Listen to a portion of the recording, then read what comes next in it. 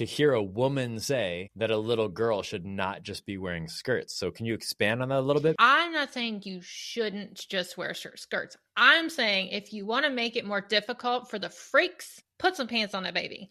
Okay, that's the same thing. So my question then is, if you had a daughter, you would not let them wear skirts? If they wore skirts and just skirts, I would be with them and they would not go out of my sight at all. I'm asking you a direct question. I want a direct answer. If you had a 6-year-old daughter, would you let her wear skirts by themselves? No. Why? Why would you not? One time, so I'm like 5, 6, like rolling around on the floor. They took a picture of me with my skirt up, with my underwear showing, and put it on the cork board. Like, if you don't learn how to be modest and be a lady, we're going to show that to people. Like, what the fuck? Yeah, that's terrible. Hey y'all, Josh Tomioni with the Derelict Podcast. Welcome back. We're so glad you're here. Would you do me a favor? It will only take you a couple seconds. Whether you're listening or watching right now, will you head on over to YouTube and hit that subscribe button? It really helps us get this message to more and more people that we can help. Greatly appreciate all of you. Thank you so much for being here and enjoy the episode. Welcome to the Derelict Podcast. For the disparaged, depleted, and delinquent souls trying to find our way, we're talking about the scary part of the journey, where we don't know how it'll end. Let's be free to face our fucking failures in real time as the most unadulterated, truest version of who we are. No sugarcoating. Welcome to the shit show, you derelict. Hey, Derelicts, another episode here of the Derelict Podcast, and we have an awesome guest that I'm really looking forward to. I've gotten to know Jessica here over the last couple of months, and I know I always say this. I know I always say that I'm excited for the guest, but I really am. And this one's a little different for me, to be honest, because she's going to talk about something we haven't talked about on this podcast before. We spend a lot of time talking about men, things that they're going through, problems, divorce, issues, failures, triumphs, etc. And we don't really talk about the other side as far as, well, what about a woman's experience with sex, or how she deals with things like pornography or sex work or other things. So we're going to dive into that today. And I'm really excited that you're here, Jessica. Thanks for being here. Well, thank you. And I told you, I was like, dude, you are the perfect person to do this. Like, I feel like you are just really going to allow me to have a safe space to talk about this. And I've been wanting to share it, but I've honestly had people be like, why would you ever tell anyone this? Just keep it under your hat. Like, and I'm like, do you not want to be associated with me? Like, are you ashamed? I'm like, dang. So yeah, we're going to have plenty to talk about today. That's for sure. Yeah. And let's actually just start, just for everyone listening in. There's going to be some sensitive topics here, and I'm not telling you that to have you turn off, but the reason I'm saying that is because there are going to be some sensitive topics we're going to talk about today, just so you know. And I also just want to make sure that you know, Jessica, that like I'm so incredibly honored that you just said that you would feel like I would be a person that you could share this stuff with, and that you could get it out in the open. It really means a lot to me, especially since we haven't known each other for very long. I know we've only known each other online. We've never even met in person. Like most of my friends now. I feel like most of my friends are online. Same. Like do you have a body? In person like for real? Anymore. I went and played pool with a buddy of mine last night, so I guess that was in person. Wild. But I would say 98% of my interactions are online these days. So Same. I don't know what that says about me. It's another podcast episode. But I just want to say thank you very much. And I just want you to know that I'm really appreciative that you're doing it here. I really am. So thank you. Well, thank you. So that being said, before we even dive in, I usually wait till the end of the episode to do this, but let's do it at the beginning. I want y'all to go follow Jessica on Instagram, because one of the reasons I reached out to her in the first place to do this podcast, when she was talking a little bit about her story and wanting to share it, is because, I don't even know if I've told you this, Jessica, but I'm going to tell you right now. You are extremely authentic online. Like, you can tell. You know how you can tell when people are just making shit up and they're just doing whatever they need to do. Like, several people that I follow, because they have a bunch of followers and they make really good content, and I like watching how they make content, etc. But when you watch it, you're just like, it just, like, there's something about it that's just not connecting. Like, you just don't feel like they're that person in person, right? Does that make sense? Like every time I watch a video of yours, I'm like, that's who she is, like in person. Guilty. Which is awesome because you're letting your authenticity shine. And sometimes, frankly, it's hard for me to do online. It's because terrifying. It is. It's terrifying. Well, and there's, like when you're doing it as a business, like both of us are, there's also all these thoughts about like, well, am I doing this right? And is this going to work right in the business mode instead of just turning on the camera and going, which I'm trying to get better at, but I think you're really good at it. So thank you for that. Thank you. So all that being said, I never even gave so go check the show notes right now. You can get our Instagram handle, but if you don't want to check it and you just want to listen to me, it's her 3 names, right? Jessikha, Lauren, Vine, correct? Yep. All exactly as they sound. So just go to IG, go to Instagram, type in Jessikha Lauren Vine, check her out. She's got a lot of really great content. So tell us, oftentimes I start the episode saying, hey, tell us your story, but pretty much the whole episode I think is going to be your story. So I'm not going to start with that because then we're never going to get to anything else we want to talk about. So how about this? I'm just going to read what you sent to me because I think that this is a really interesting thing. I don't normally do this as far as, bios and such, but I'm just going to read it. This is what Jessikha said. From broke, busted, and disgusted to grateful, whole, and happy. I've survived molestation, rape, working in remote sex work, and feeling like a total outsider and loser. But now run a 7-figure real estate company, as well as run my RV website and spread positivity on the internet. I can speak to the last one. You do spread positivity on the internet. Wow. That's quite a way to start. That's quite a way to start. Yeah, I'm like going to make myself cry. What the hell? How about this? Maybe let's work in reverse. Can you just give us a really brief picture of what your life looks like right now? And then we'll start digging into what it used to look like. Yeah. So been married for 18 years and we have 4 kids. One is from my previous marriage. He's 21. And then I've got 17, 13, and 10. So busy mom, and then running a real estate company remotely, which is also why I don't see many people in person. I'm like, outside? What is that for anyway? Right. But we moved from Tennessee to Florida last year, and we just kind of were like, if you want to live anywhere in the world, where do you want to live? And I was like, let's move to Florida. I loved that when we were RVing. So we moved here, moved into like a house that I could not, like some mornings I wake up and I'm like, holy shit, I live here. Like I came a long ass way and I can't understand this is happening right now. And like, as you'll see through the story, like me and my husband, we've gone through a lot, and like almost got divorced multiple times and like tumultuous past, but now, like he's my best friend, I'm his best friend, and we are each other's biggest supporters. And like, I never think of the D word. And that's awesome. Because that was always like my thing. Like, I'm going to bounce, like I'm going to get him before he can get me kind of thing. And so I'm just glad I'm not there. That was so good. Excuse me. Yeah. I'm going to get him first. Yeah. All right. I'm like, no. I shall not be rejected. I will reject you before you can even think about it. One thing that you said just triggered this, and I haven't talked about this in a long, but I think it's really funny. Years ago, Ruth Graham, who was Billy Graham's wife, forever, they got married young. They were married until they died, or he died. I'm not sure if she's still alive or not. But one time she was being interviewed by a news outlet, and they were saying, hey, it must be really difficult to be married to Billy Graham. Like, how do you deal with all the pressure and the stress and the travel and everything else? Have you ever thought about divorce? And she pauses for a second. She says, divorce, never. Murder, maybe. And it's this sweet old lady who's like married to an evangelist talking about how she's going to murder her husband. I just thought that was the funniest thing. Like, this is not good in case he does show up murdered, because you're suspect number 1 for sure. Yeah, it's really funny. Well, that's amazing. So let's work backwards now. Let's hear a little bit about.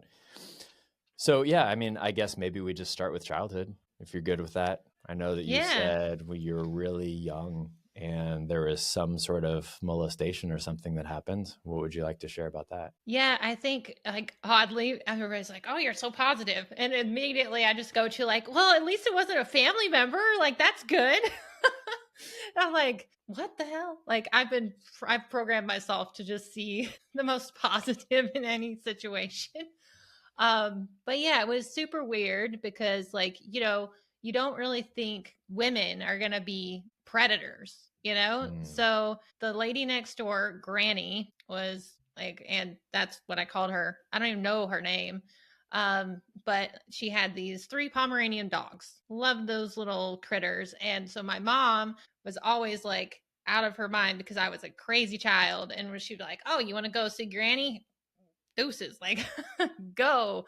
And so I go over there and like I don't know like when exactly all this happened. I was like 3 years old, and like I just have like flashes of things and like nothing super uh clear, but I remember my mom like asking me like, why are you doing this, like why are you doing that, and like literally like show me on the doll, like like the Barbie doll.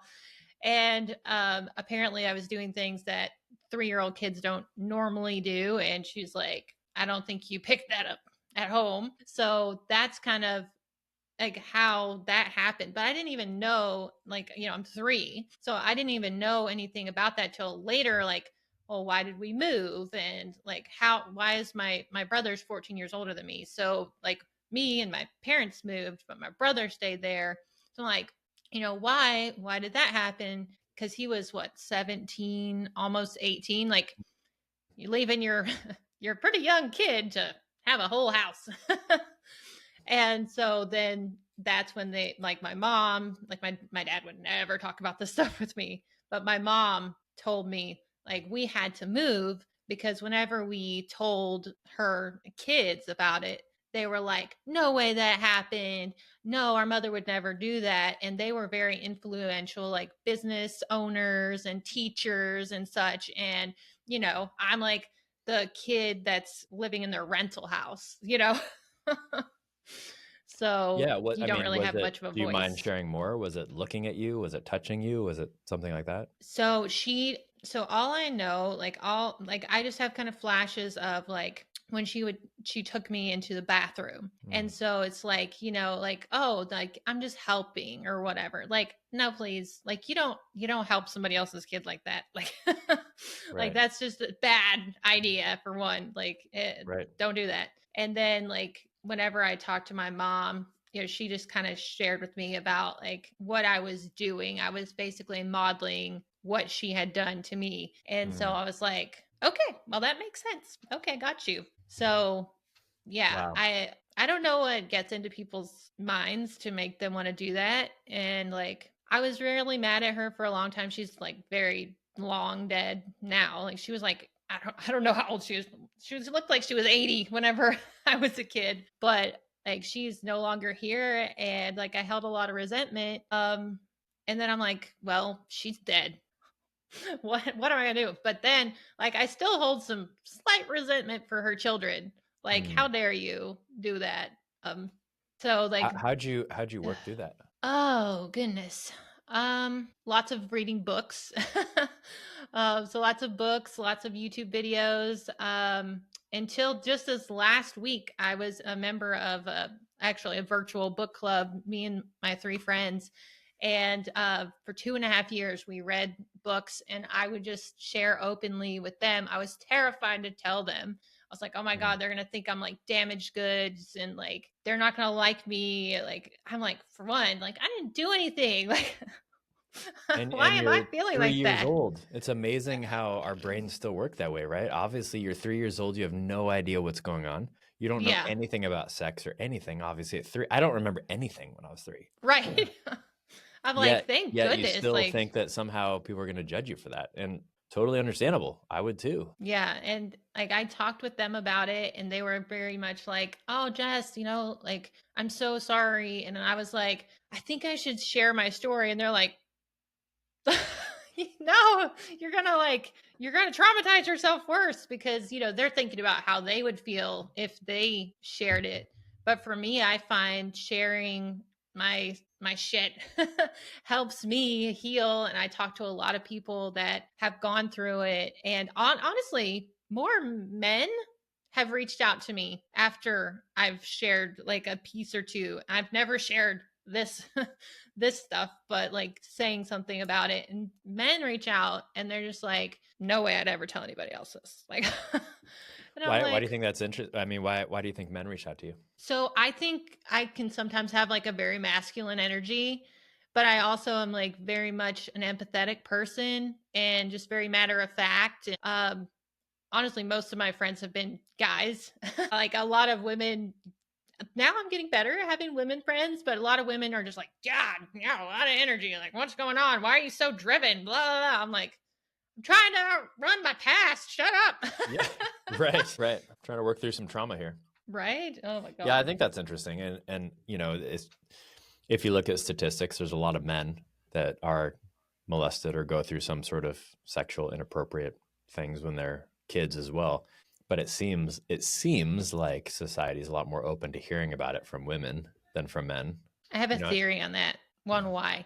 I would like to hear your theory. So I think that the media, movies, and all that stuff, they portray men as these sex hungry, like, let me screw literally anything that's moving. And so, of course, if you got some, you're welcome. Like, I don't care if she looks like she's been through the mill and you would never touch her. You wanted it. So and as a mother of 4 boys, I'm like, I will fuck you up if you ever say that to my babies. Like, like, do not touch him. He doesn't want you. Yeah, it's so true. I mean, I had a man on the podcast a few months ago that had just gotten out of prison after being there for almost 20 years. I'm not sure if you listened to that episode. If you haven't, go listen to it. You and all the people listening, because it's really interesting. I actually have another man that was in prison as well coming up here soon. That's getting released soon as well. Not going to be a theme. But the first one, I mean, he very much went to prison for very much what a lot of people thought was unjust. And it was in these terms of he said, she said type of stuff. He said, she said's, that's pretty extreme to go to prison for 20 years for he said, she said. Yeah, I know. It's terrifying. Your whole life is, he comes out in his 40s. He's my age, your age, like, and that's how you come out. That's pretty insane. So yeah, I would agree with you. Is there anything, it's interesting that you say that. So as a woman with boys, especially, seeing society just paint men as these sex-craved lunatics. So we're going to get to this in a second when we get into the whole sex work part of this. And you being a sex worker, which is where we're going. Did you experience that in men? Oh, yeah. But I mean, is that all men, or is it a specific demographic, or is it only a certain piece of a specific demographic? Like you have a unique perspective, I think, than a lot of other people. Now looking back, I'm like, oh man, what a bunch of poor, broken people that probably were molested themselves. And some of them, I mean, are just probably just terrible people. But again, the positive person in me, I'm just like, oh my God, I feel so sorry for you that you had to connect with another human in this way. Like, that's pretty impersonal and terrible to feel like that's where you got to go. So, I mean, I don't know. There was like all types of people, like people that you would think are like, oh, yep, they're super weird. And other people you're like, this guy? I'm like, hey, you ain't got to pay. Let's just, hello. It could be anybody. You don't know what, right? You have no idea. Yeah. So let's talk a little bit about kind of the dirty side of sex, so to speak, right? Okay. We have sex work, porn, etc. But we're going to get to that because I want to hear a little bit more about your story first. So I've heard countless stories of people being molested when they're little kids and how that affects them the rest of their life, but especially as they're growing up. So how did that affect you into your teen years and young adult years? So interesting enough, I wanted to I'm like, I don't know, and then it's like, am I a virgin still? Like, I don't know. Like, then you got like that kind of thought in your head because that's like at 3, but then whenever I was 6, like 2 brothers basically passed me along to each other. I'm like, what the fuck? Like, really? Like, I can't get to break. What's going on here? So then you really feel like, is that what you said? No, they were brothers. Oh, they were like 2 to 4 years apart, something like that. And they were like good friends of the family. Like, what the hell? Like, at this Wow. point, I'm like, Mom, Dad, like, get your shit together. What's happening? Like, don't leave your daughter with these people. I mean, that's a good point. Where are mom and dad? You know where they were? They were at the kitchen table with their parents talking about church. So, like, And these kids are my molesting you in the back room or something? yes, yeah, we were in like this travel trailer, or not yeah, Wow. I guess a mobile home or whatever, and it's like one of those double wide, so it's like very long, and so the kitchen area is way over there, and then there's bedrooms in between, and then there's the back bedroom, and we're watching Roger Rabbit, and Jessica what the fuck ever is on there, and so I get to be their real life Jessica, which Oh my sucks. God. I'm just like, what the hell? In like a literally trailer what the too. hell? It's not like you're far Yeah. away. It's not like you're in Oh, I some know. mansion or There's something. like the doors open. I'm like, dude, just like check on your kids every once in a while. That's why I'm like, people are like, oh, you're a helicopter parent. I'm like, don't start with me. You have no idea what I've been through. And I'm not going to let my babies go through that. Yeah, because girls, I've learned, obviously, with that old lady, can be just as bad and dangerous as men. So I'm like, everyone's an equal opportunity offender. How do you feel like that? Yeah. How do you feel like that impacted your parenting with your kids? Definitely the like overprotective, I would think. But my kids also are autistic. So I'm like, am I overprotective, or are they just like they are special needs and they need this much attention? I'm like, shit, you're never gonna get it right anyway. So just do your best. Are all four of them autistic?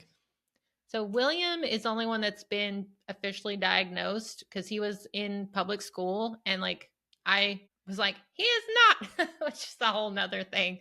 Like, don't diagnose him and give him a label. He will not live as a label. I get that. Trust me. It's ADHD, spectrum, autism. They just get thrown around a lot. So I totally understand that. Yeah. So like he's the only one that's been like actually diagnosed. But like now it's like, oh wow, y'all are, yep, birds of a feather. Got it. Okay.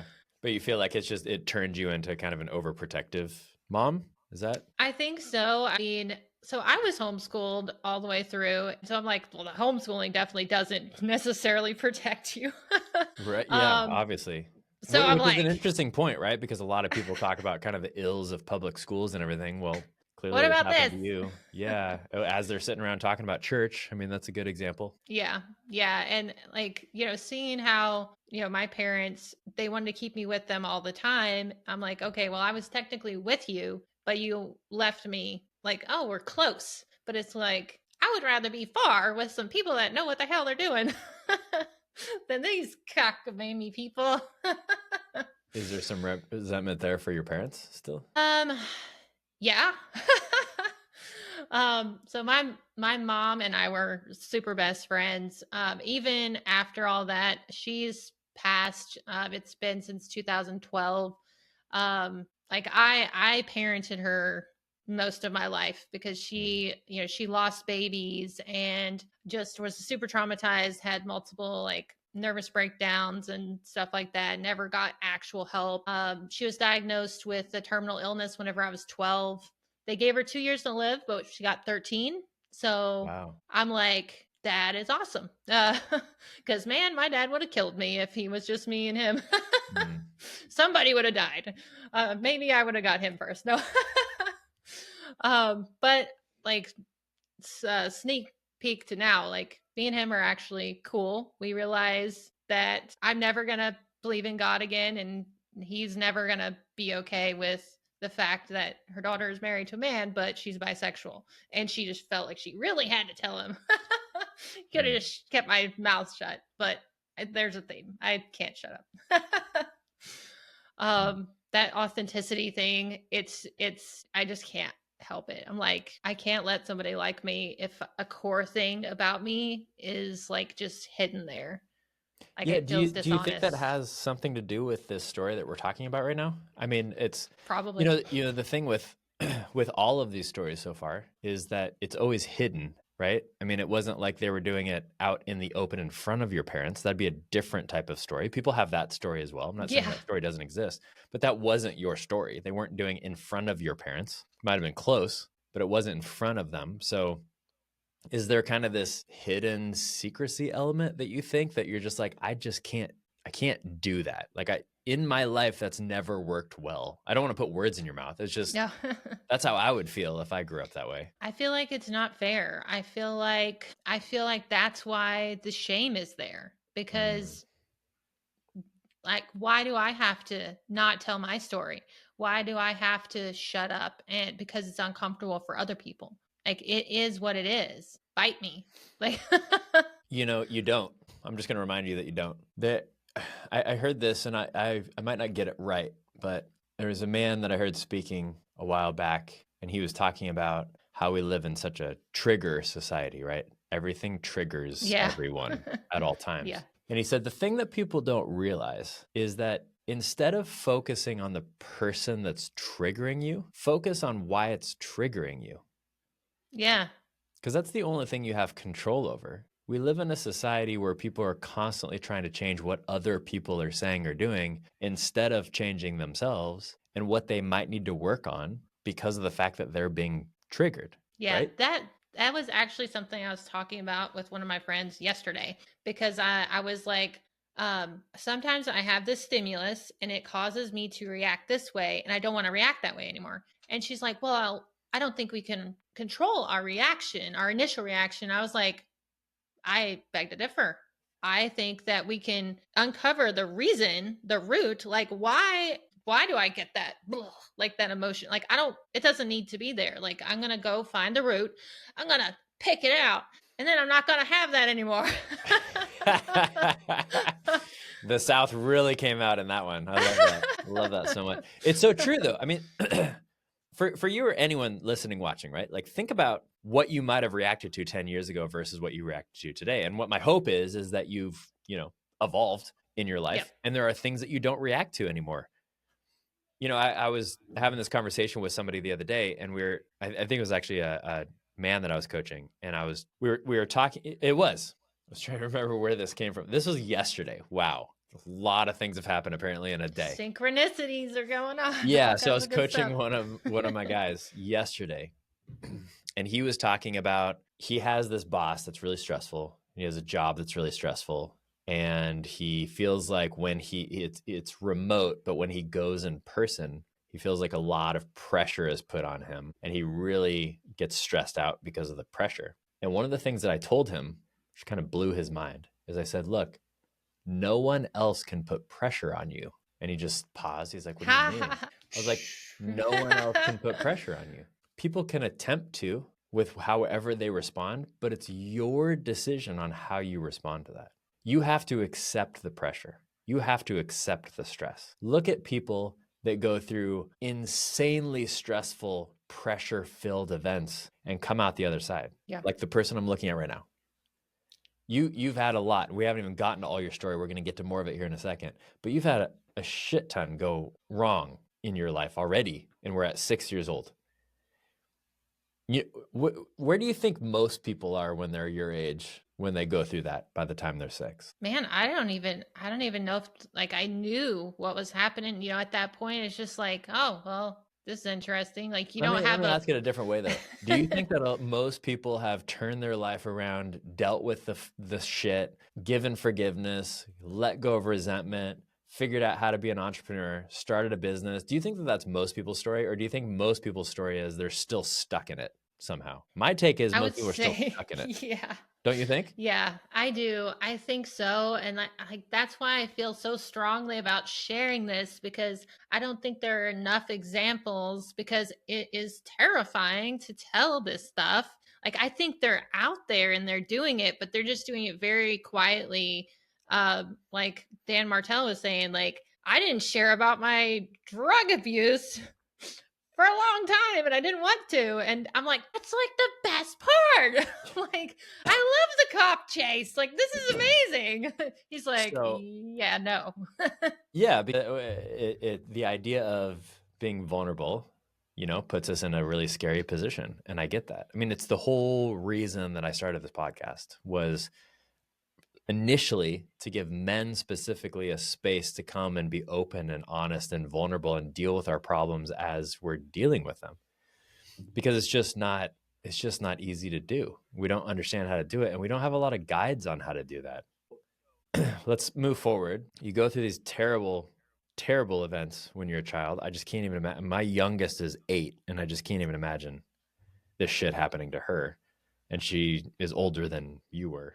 How does that translate then into, eventually you get into sex work. So I kind of want to know, what does that look like? How do you go from 6 to sex worker? Yeah. So I about 14, I've discovered online dating. I think it was like Teen Match. Like, oh my God, that's so dating Did me they right even now. exist back then? Not calling It you was old, but like, you're around the same age as I am. I don't was that a thing back then? yeah, Teen Match. Were No, you like sending instant messages teen.match.com. on AOL or something? Like what? I think it was like at the very start of that. And this guy, I met him, and like I just always wanted to be married and have a family. Like I knew that because like that was the road to parent approval for one. Like despite the ridiculousness that I went through, which I felt like was at their hands or at least at their negligence, and I'm like, woosah. I still just wanted their approval. I wanted them to be proud of me. So like I would pray with my mom all day, like, we're gonna find the right guy. Yeah, like forever. And so I met this guy, and he was like 2 years older than me. And so he's actually the one that ended up raping me. So I'm like, well, that fucking worked out not well. Teenager at this point? Yeah, so I was 14 and he was 16. And whenever you're dating and stuff, like you touch and do all that kind of stuff. But I was still like, I'm going to be a virgin until I'm married. And I was like, put a ring on it. Like, I'm like 14. And he did. He bought me a really nice ring. He was like, I'm really working towards this. And his mother was not happy about it, by the way. She's like, what the hell? She thought I was a gold digger because like they owned this big factory out in Nashville, Tennessee. And I'm like, no, like I'm not even thinking about that. I just want to get married and have babies. There's like, yeah, that's how you get the gold, dum-dum. I'm like, oh, well, I don't know. So can I ask you kind of what did you consider it rape when it happened, or was it only afterwards that you considered it rape? So literally the other day, I was like reading through some stuff, and I looked at my husband and I was like, oh my God, do you think that I was raped? Like, do you really feel like I was? Yeah, like the other day, because of this podcast, I'm like, I don't know, maybe I'm just being dramatic. Like that's literally what I felt like for all these years. Like I've been talking to my husband about it. I was like, dude, I know I was raped, but maybe I wasn't. And he's like, you told him no, and he did it anyway. That is rape. Did you fight much at the time? Or did you just kind of let it happen? It was kind of like, to paint a picture that's not like real picture, we were like behind this church. I'm like, what the fuck with churches? It's the South, I guess. There are churches everywhere. Yeah, no wonder you don't want to believe in God anymore. No idea why. No, there's clearly no trauma there whatsoever. So we were at this church, and we were in his stupid black Jeep. And so, making out and all that stuff. And I was just like, hey, like I will do everything. I just do not want to not be a virgin anymore. Oh yeah. Cool. And then he's just like, let's just like feel a little bit and da-da-da. And then he's like, oh, well, whoopsie. He's like, oh, it's done now. I'm just like, oh my God, like what the fuck just happened? And so that's why I was like, maybe I wasn't raped. Maybe because it like you said, like I didn't punch him out. A police officer did come up really soon after that. What I'm more curious about is, do you feel like the previous experiences in your past when you were a little kid kind of led up to you being in a situation where it just kind of happened? And I'm not making the guy innocent. Don't hear me the wrong way. Yeah. Like if he raped you, right? Like I believe you, but I'm just wondering, do you think that played into it at all? Do you feel like you were kind of in this position where, I don't know. I just like, I would hope that the conversations I have with my girls, that if they get into a situation like that, they punch the guy in the face and they run away. Know what I mean? Well, you love him, so you don't do that. So that's the dangerous part. So it's not the guys they don't know that you got to worry about. It's the guys that they love and you think you can trust that you have to worry about. I understand. I'm just wondering if you think that led, just part of your maybe let me ask you a different way. How do you feel like your past led up to that moment, or how do you think it influenced that moment, or do you not feel like it did at all? I think girls, whether they're put in those kind of situations young or not, they just feel pressure from the guy that they want to be with to do that, to go there. Because again, the media is like, it's what men want. If you don't give them sex, they're going to leave you. And But did so you feel that way at 14? yeah. Yeah. So like because we fooled around a lot anyway. So it's like, oh, it's just not that. And so he was just like, wow, what's it going to hurt? So had you had sex And before, or was this the first time? not so like the molestation stuff at 3 and 6. I'm like, does that count? Like, I don't know. No. Probably not. Okay, then no. Got it. So far you've had, gotten molested several different times, forced. You have not had a good positive sexual experience. No, God. When does it turn into a good positive sexual experience, or does it? Does this then, like, how, again, from sex to sex worker, how do we get from here to sex worker? So after that, then like me and that guy just had sex all the time, every time he was in town. So he got what he wanted. So congratulations, asshole. But at the time you were giving it up, so you were good with Yeah. it? I mean, I think so, because I was just like, well, my goal, like I'm very goal oriented. Well, Like what do you my think it was goal. though? Like, were you doing it because you enjoyed it, or were you doing it because you're insecure? Were you doing it because of the fact that you wanted approval? Like, what do you think it was? I just wanted him to come back. Hmm. He had to drive 3 hours, And my parents let him stay there because he had to drive a long way. Mm-hmm. What the fuck? Don't do that. That's just a bad idea. Like, I was very good at convincing them that I would behave. So I'm just curious, as a dad of 3 kids that are younger than your kids, what would you do differently then in this circumstance? I mean, what? So like if I was the parent? Yeah. To me? Yeah. Okay, so for one, I definitely would never I was forced to wear skirts because it was a part of our religious belief that you wear dresses. Bad fucking mistake. Yeah, that's like molester heaven. Oh, no skirts. Or at least put some fucking pants under there.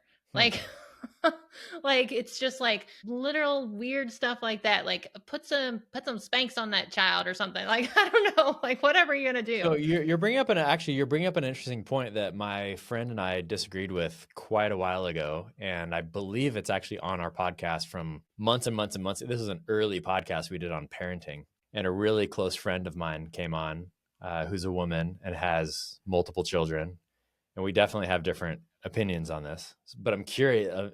You just struck a nerve because it's really interesting as a woman to hear a woman say that a little girl should not just be wearing skirts. So can you expand on that a little bit? Because I think you're in the minority here from a lot of what I hear from women. Okay. So I'm not saying you shouldn't just wear skirts. I'm saying if you want to make it more difficult for the freaks, put some pants on that baby. Because okay, that's the same thing. So if you had a daughter, so my question then is, if you had a daughter, you would not let them wear skirts? If they wore skirts and just skirts, I would be with them and they would not go out of my sight at all. Ever. So you would let them wear skirts. So basically, but you would just be watching them at all times. But why not have leggings on underneath it? Well, that's what I'm asking you. I'm asking you. Okay. I'm asking you a direct question. I want a direct answer. If you had a 6-year-old daughter, would you let her wear skirts by themselves? No. Okay. And that's also from but why? Why would you not? Okay. So this is like a whole nother, my dad is still alive and he never watches any of this stuff. So one time, I'm like, you made me wear these things. So I'm like 5, 6, like rolling around on the floor. They took a picture of me with my skirt up, with my underwear showing, and put it on the fucking cork board. Like, if you don't learn how to be modest and be a lady, we're going to show that to people. Like, what the fuck? Like, oh, parent of the year, Mr. Preacher. Yeah, that's terrible. And not every guy is like that. So I'm still curious why you wouldn't let your daughter wear a skirt, assuming most guys aren't going to do what you had to experience, which is tragic. Don't get me wrong. But I'm wondering why not let a woman or a girl wear a skirt out in public. What do you think? I think it's probably just would make me feel safer. Like, honestly, it would just make me feel safer. Like my friend she was a former administrator.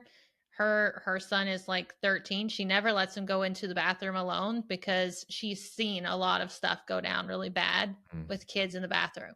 So I think it's like your prior trauma, you're like hyper aware of things that could have helped you. If you were in that situation again, you're like, oh, this is what I would do. And so that's literally the only reason. Yeah, I the reason I ask you this is because I've had this conversation with many people, and there's this whole idea, for a while this was like all I heard about, and that was women would talk about, well, it's my body, I get to show off whatever I want, and if anybody looks at it or does anything towards it, then that's on them. So I can wear basically the message is I can wear the sluttiest shit that I want to, and I could basically just walk around naked. And if you look, then that's because you're a pervert. Has nothing to do with me. I should not change it, etc. And this is, kind of like that conversation I was telling you that I had with my friend. It sounds like you don't agree with that, especially with children, right? Like, oh yeah, kids are not like, oh my God, please. Like, I see some little girls out there, they looking like hoochies. I'm like, I agree. I'm pretty sure I can see her ass right now. Like, 100% please, agree. that baby is like 13. My middle child is 10, and she's a dancer, and she has been for years. And, even when she's in her dance class, like she has kind of like a sports bra, even though she doesn't need it because she's, she's 10, with like little shorts and stuff that she wears for that. And even that outfit, I'm uncomfortable with at times. Like, not obviously, if she needs to wear it to dance, she needs to wear it to dance, right? Like, I'm not going to be that crazy parent, but I also don't want her to wear that everywhere we go. And here's the reason why. I think that there's going to be a lot of people that are going to watch this right now, Jessica, and be like, these guys are fucking crazy. Oh, but let me tell you, and maybe Jessica has part of the story as well.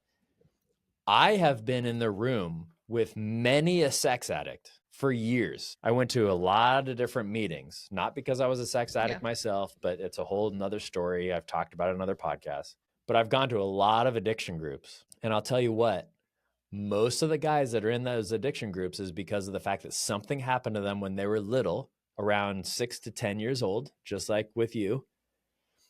And a lot of those guys are looking at little girls. So if you're a parent, you can think all you want that, oh, it's just this cute little 6-year-old, just this cute little 8-year-old, this cute little 10-year-old, which I agree with. It is a cute little 6, 8, 10-year-old, but not everyone thinks that. And if you are convincing yourself, and you're naive enough to think, which you might be, but if you're convincing yourself that there are not a bunch of people out there that are looking at that little girl thinking sexual thoughts, then you're crazy and you need to get your head checked, because it is true. It's a much bigger number than you would think. And I think part of the reason why, which we're going to get into here in a second, once we actually get to kind of your sex work talk, is that we have been so designed to do this. Like, I was thinking earlier as we were talking, so many people have told me to watch the show Euphoria, which I don't know if you've ever seen that show or not. But I heard about it, but I haven't seen it yet. It's basically about these teenagers and addiction. Has a lot to do with drugs and sex and every other addiction, eating, etc.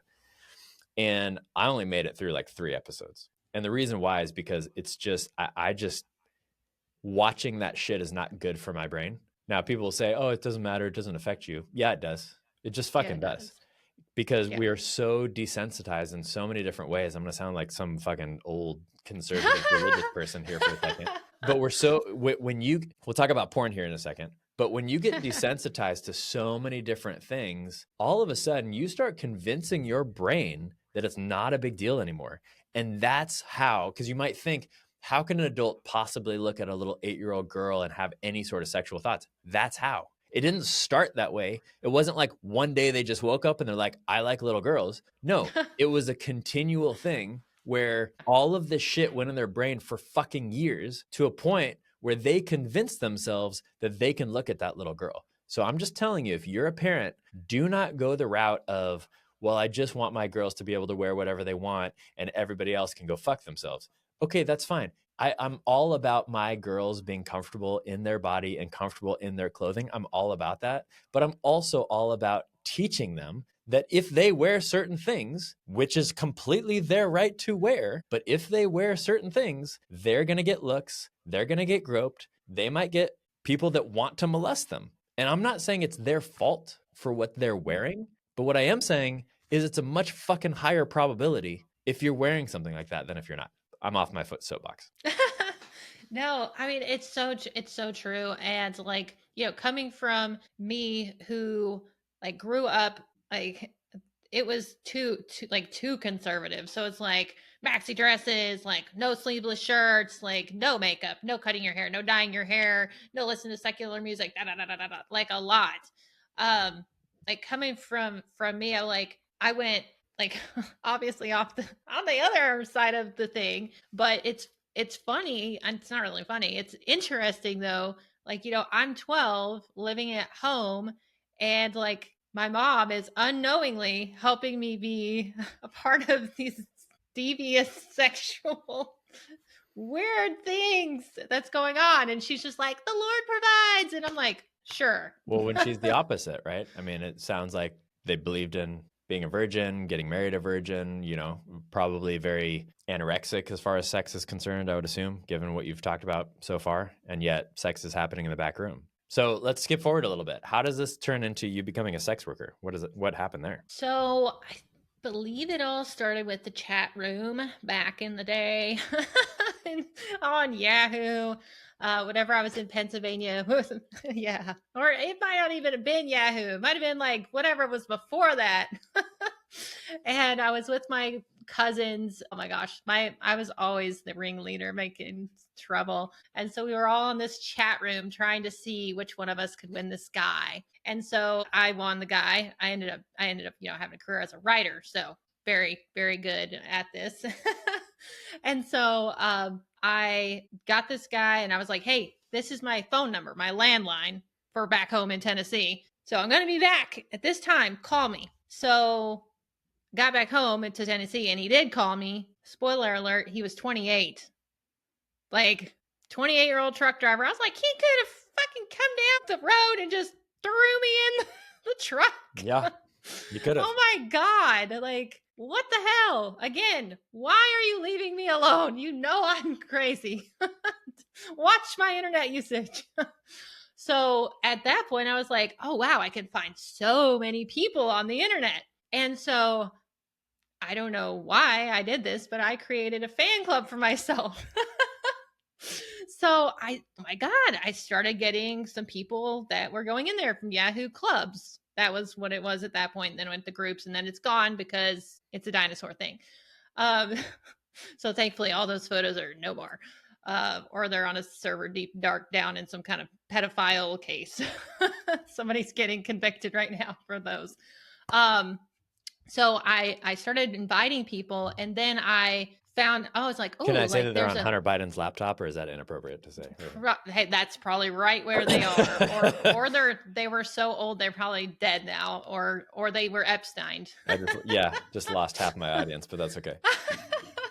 Continue. Yeah, it's all good.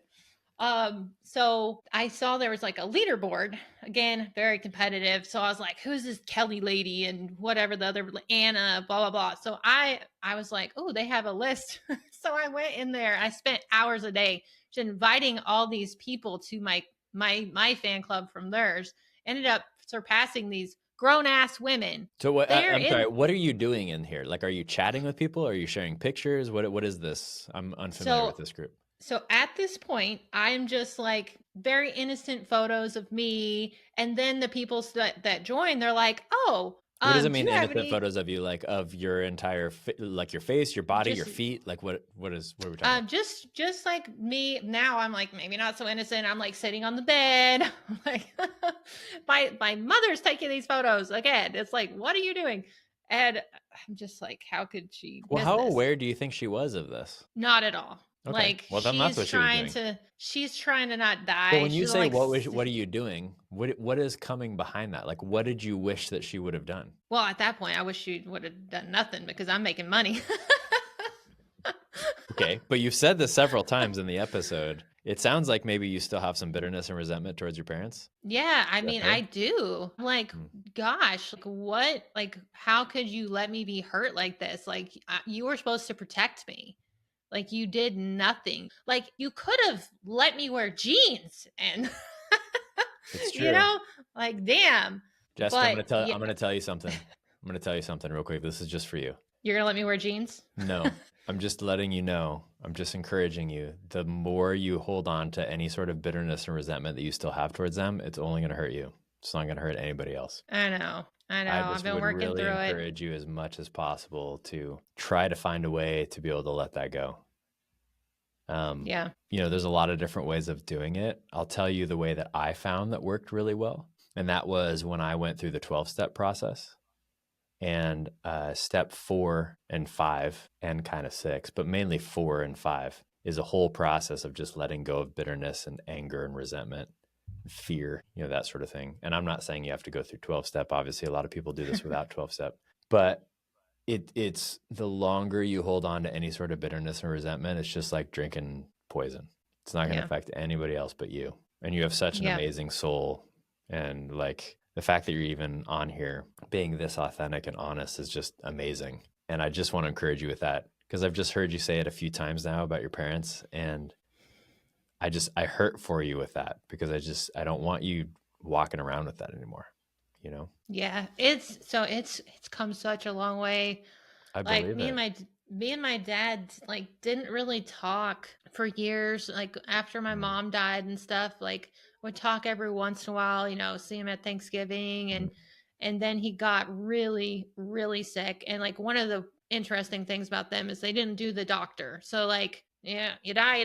Like, and What kind of I'm religion like, was this that you grew up in? non-denominational. So like, what does that even mean? It means that I don't know, but you make up your own rules. A lot of the ways that you're describing are not traditional non-denominational Christian. That's why I'm asking. Like you're mentioning a lot of like Scientology, Jehovah's Witness, like a lot of the things that you said it sounds like kind of a mixture, which is interesting. So they say that they most identify as Pentecostal. Okay. So very, very much so that like, you on a like nice how Friday Pentecostal, night. like speaking in tongues Pentecostal, or like snakes in the church Pentecostal? I mean, there's a lot of different versions of Pentecostal. So the snakes, they died out with my uncle Charles. So no more snakes after Uncle Charles. My mom wasn't a fan.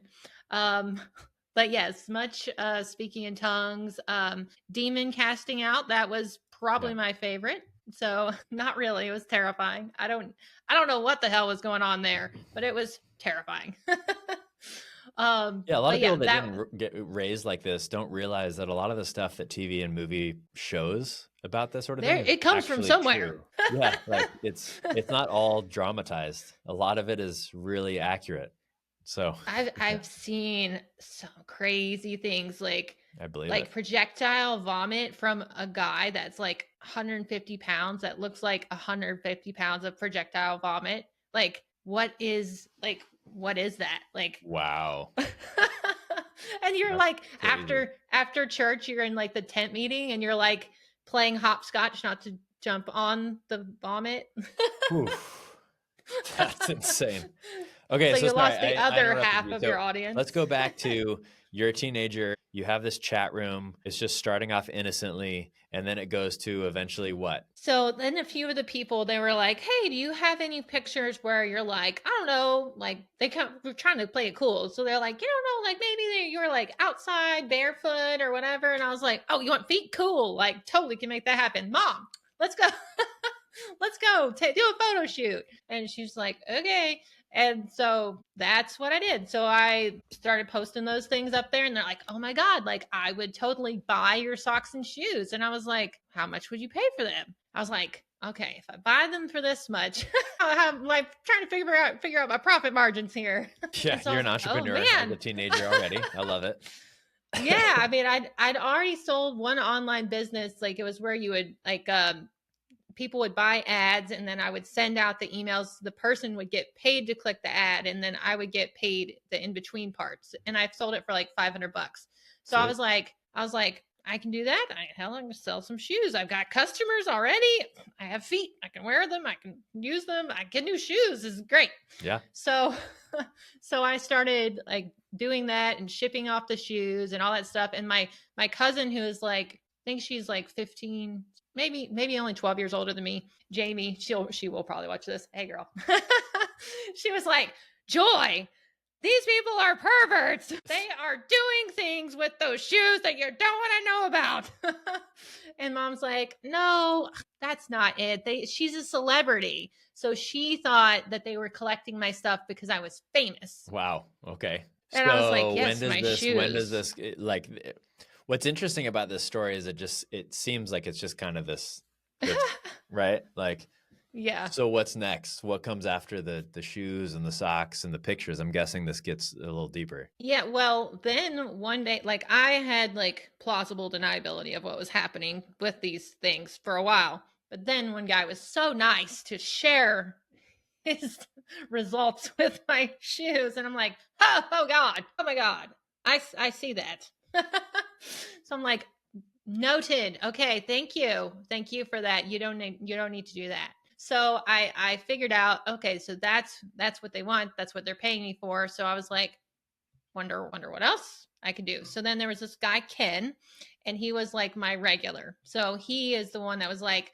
okay, like, I'm going to need a little bit more. I'm going to like send you money on PayPal. And of course I was too young to have PayPal. So I had to like lie and like do whatever finagling to have a PayPal account because you have to be 18. So I was like, I'm up for the challenge. I don't know what I did, but I had a PayPal account. And so he would send me like $200 to $300 a day to like send him nude photos and like to have phone sex with him. And I don't know how old he was. Like, I don't know. How old are you at this point? Like 15, 16. So it went on for a while. So yeah, I had to be 15 because he gave me enough money to pay my car payment cash. I got a Mitsubishi Eclipse 1996 gray. Nice. No turbo. $5,000. Plopped down the cash and they're like, we know you live in that trailer over there. What the hell? You selling drugs? Yeah, what did your parents think? Where did your parents think all this money was coming from? Well, mom was just like, God provides. Like, she's a celebrity now. People just give her money. That was it? Really? She didn't wonder at all? Mm-mm. Wow. Huh. Interesting. That's literally what I'm saying. Like, what the hell? And obviously my cousin had already given her the heads up. At this point, I think it's just like willing ignorance. Cause like, I don't, like, they couldn't give me that. It's interesting you say that. I'm curious, when do you feel like you crossed over into that? Because it seems like you had a lot of naivety earlier on. When in this process did you just like choose to be ignorant over what you were doing? Or did that ever happen? I think it happened with the peenie pick. The peenie the pick? Guy. What's a peenie pick? Are you saying penis? Yeah. I don't know what a peenie is. Well, okay. I didn't want to say the dick pic there. Yes, just say the word. Like, what is a peenie? I don't know. It's like when people call it's anatomy. Like if you call it like a vajayjay or something. Like, I grew up with, I grew up in a weird, conservative Christian household too. And people would always call things like weird things like vajayjay. Like, what the fuck is that? Just say vagina. Like, I don't know what the hell you're saying.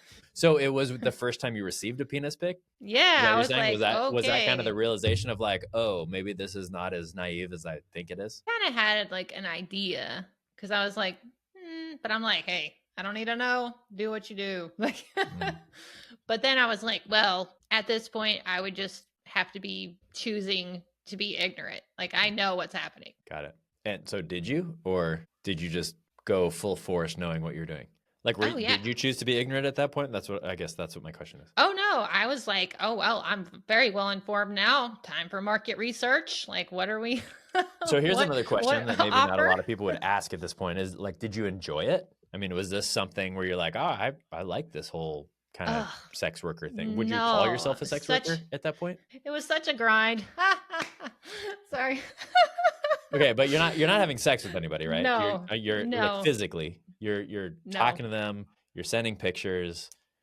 Would you consider yourself a sex worker at this point? I don't know when that definition starts. I think so because I joined a site. It's still around. I went and checked, and then I was like, "Oh God, people are going to think I'm trying to have phone sex." Like, I had to clear my internet history. Like, so the site is still around, and I registered for it. But the first time when I registered, I made a boo boo, and I said to the guy, "Like, yeah, like I'm 16," and it click. They monitor that shit. Apparently, I'm like, "Damn it!" Yeah. So I'm like, okay, new account. Literally, same day, new account, never say you're 16 again. And so then off to the races. Maybe I'm just naive at this point now. So it's just easy to sign up for this account, even if you are underage. Yeah. Wow. Yeah. Like I didn't have an ID, nothing. And I'm like, come on. Wow. Like, yeah. So like I worked on that site for, I guess, a couple of years as an underage lady, and they didn't catch me. Yeah. So then what happens next? How long are you doing this? Does it turn into anything else? Yes. Yeah. So at that point, so I had broken up with that one guy, like started dating a few other people, like held at gunpoint, dog point, like all kinds. I get mixed up with the wrong people. Then I met my would-be husband, who was, by the way, on the run from the law because he had stolen a car. So I had to get him out of his felony and pay all his fees. I didn't have to, but I did. And so just a normal Tuesday. Yeah. It really just feels like a normal thing in my life. I'm like, doesn't this happen to everybody? Like, no, it does not. No, this does not happen to everybody. I know, it feels normal to me. I'm just like, it's just, well, it was normal for you. What it is. All of our lives are normal to us. Yeah, I guess. But so I met him, and so I was like, okay, this is the guy that I am gonna have a family with him. So we decided that, like, my parents were like, are you crazy? You're not getting married. I'm not signing for you to get married. So I was like, look, I got to get out of this house. I cannot deal with their rules anymore. So what do you want to do? You want to get married to this dope that's freaking stealing cars and shit and doesn't have a job. Yeah, that's super smart. Good strategy, Jess. Not. So I was like, they said no about us getting married. However, I know if I'm pregnant, totally gonna make us get married. So did you lie? And no, I got pregnant. Oh. Josh, wow. hello. You were committed. Okay. I am committed. Yeah, you were. I was not expecting you to say that. I was expecting you to say that you lied about getting pregnant or something, not that you actually got pregnant. Okay. Oh no, no, I got in. pregnant. This is what I love about you. You are just all fucking in, no matter what it is you're doing. I'm committed to the plan. Put a baby in me. All right. So now you're pregnant with this guy. Now you get married? Yeah. Okay. That like the next Wait, how week. old are you? So you're under 18 right now? I'm 16. Okay. Yeah, I'm 16. He's 19. He's terrified. He's like, okay, we're getting married. All right. I'm like, he could have said no, but I guess he was like, damn, mama rolling in cash. Like, he was also not happy about me at this point. Now I'm like on webcam and like doing live sex shows for the people. Like, you can go in the group chat. It's like, I don't know, sex lovers or whatever. And then you like post your offer. I was like, offering this. This is my rate per minute, blah, blah, blah. You want to go in a private room. And so then like, okay, cool. And so like, he's and literally you're having like sex with yourself at this point. It's elevated to that. Yeah, I know. I was like, if he would have been smart, we just could have done it together, and then he could have got laid while we got paid. So he never joined you on it? No. Got it. Yeah, I never even thought about it, honestly. He was just always so mad. And I'm like, you're not working. So somebody got to work around here. So yeah, so I would be like on camera, and then of course I got pregnant, and apparently that's like a super awesome fetish that only happens for however long you're pregnant. So like, being underage and pregnant. Wow. Top dollar. Wow. Yes, the super freaks are out. Speaking of the dirty side of sex right now, there's a whole fetish for underage women who are pregnant that are having sex with themselves on webcams. Wow. Okay. Yeah, pretty much. I mean, I believe you. I'm not shocked by this information. Oh no, yeah. So nothing shocks me anymore. So as you're, like, obviously husband's not happy, you're pregnant, you're now doing webcam shows as a pregnant underage lady. I know eventually part of your story also involves pornography, which is something that I think it seems like it's more shameful for women to talk about for some reason. Like, again, as kind of the sex craved male, that's okay if you watch pornography, obviously, right, because you have testosterone and you need to like get it all out and all that sort of stuff. But a woman, like, that's weird. Now, I don't think it's as true as much anymore as maybe when we were younger, but I think it's still, I don't know about you, but it still seems maybe more shameful for a woman to talk about than a man. I've Is never that heard happening a woman... at this time? Are you watching pornography as well? Like, how did that influence your life? Oh yeah. I mean, that started whenever I was like 12. So like, I was looking around because I was in those other ladies' Facebook groups and they were hot as shit. So I'm like, hello, mama.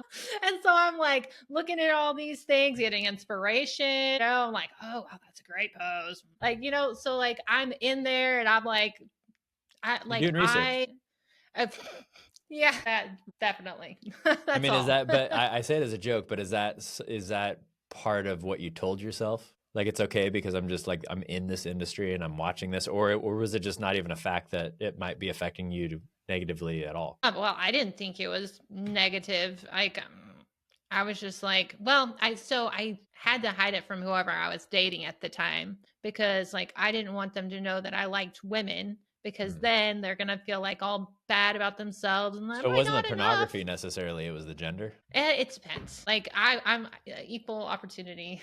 No, that's not what I'm asking. I'm asking you're more shamed over telling them that you're into women than you were watching pornography, correct? Well, I was more like I didn't want to hurt their feelings because I didn't want them to be like, oh Yeah, no, like I can never be a woman. Yeah. But my question, I don't think I'm asking my question very well. But my question is, you thought that they were going to be more hurt by the fact that you were looking at women than the fact that you were looking at porn. I think so. Interesting. Yeah. Because like, it's like they could never, like if it was just a jacked dude, they could be like, oh, well, I'll go get jacked. But it's a woman. I'm not getting a sex change, lady. Like, well, yeah, this is a couple decades ago when that wasn't as common. Yeah, no one would have thought about that. You couldn't just call yourself a woman no matter what. Like, a dude with a full-on beard couldn't just call himself a woman just because, and then everyone's supposed to accept it, which is a whole nother podcast that we don't need to get into right now. Yeah. But yeah, this is a different time when like male and female meant something. So I understand that. Yes. Interesting. Yeah, so I'm assuming that relationship probably didn't go well. So here's where I want to fast forward a little bit. What I want to understand in hearing your story is, first of all, thank you for sharing your story. This is intense. And it's also, I'm hoping it's really good for the listeners and viewers to hear because of how much it's similar to a lot of other stories I've heard in getting trapped in sexual whatever it's always like this, right? Like it's different obviously than a serial killer, but we could use that analogy. Like people aren't just born and then they just murder people. Like that doesn't happen. Right. They probably cut a finger off and then a hand. Yeah, I don't know if you watch. Like, I was really interested with the show Dahmer that came out a couple years ago on Netflix. I just saw like the trailer and it terrified me, and I'm like, Yeah, it was fascinating. But one of the only reason I'm bringing up that show is one of the things that was really interesting is his kind of obsession with dead animals when he was a kid, and then that elevating to like killing little animals, and his parents kind of being like weirded out by it at first and then kind of disturbed, but then just kind of pushing it to the side and be like, oh, it's just kids being kids, and then that eventually got to humans and then more humans and then like eating humans, and you know what I mean? Like it's an elevation. And I think that from my perspective, we live in a society that likes to pretend that there's no evolution when it comes to sex. Like all of this stuff is okay and it's not going to lead anywhere off a cliff. And it does. Again, you take somebody like you're mentioning before. I mean, you dealt with you didn't say it outright, but you dealt with a lot of pedophiles. Yeah, tons. They were my entire clientele. But here's the thing. Somebody's not born a pedophile. Yeah. Like some guy isn't just born a pedophile, or a woman, doesn't matter. They're not just born a pedophile. Something happens to where maybe they had a story similar to yours, and then they start acting it out. And then they act it out a little bit more, and then a little bit more, and then a little bit more, and then a little bit more. And we like just talking about these like really weird random cases where it's like this 1 in a billion person that just happened to be into this little girl. And it's just not true. And it's always an evolution, right? Like your story is an evolution. Your story is something happened to you when you're a little kid that you have no control over.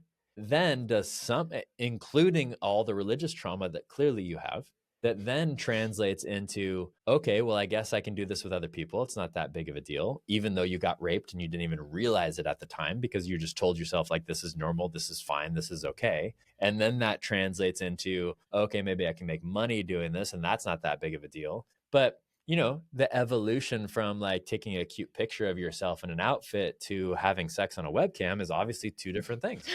Right. But a lot of It's people innocent. don't like, I think a lot of people have a hard time connecting those two, that you are the same person.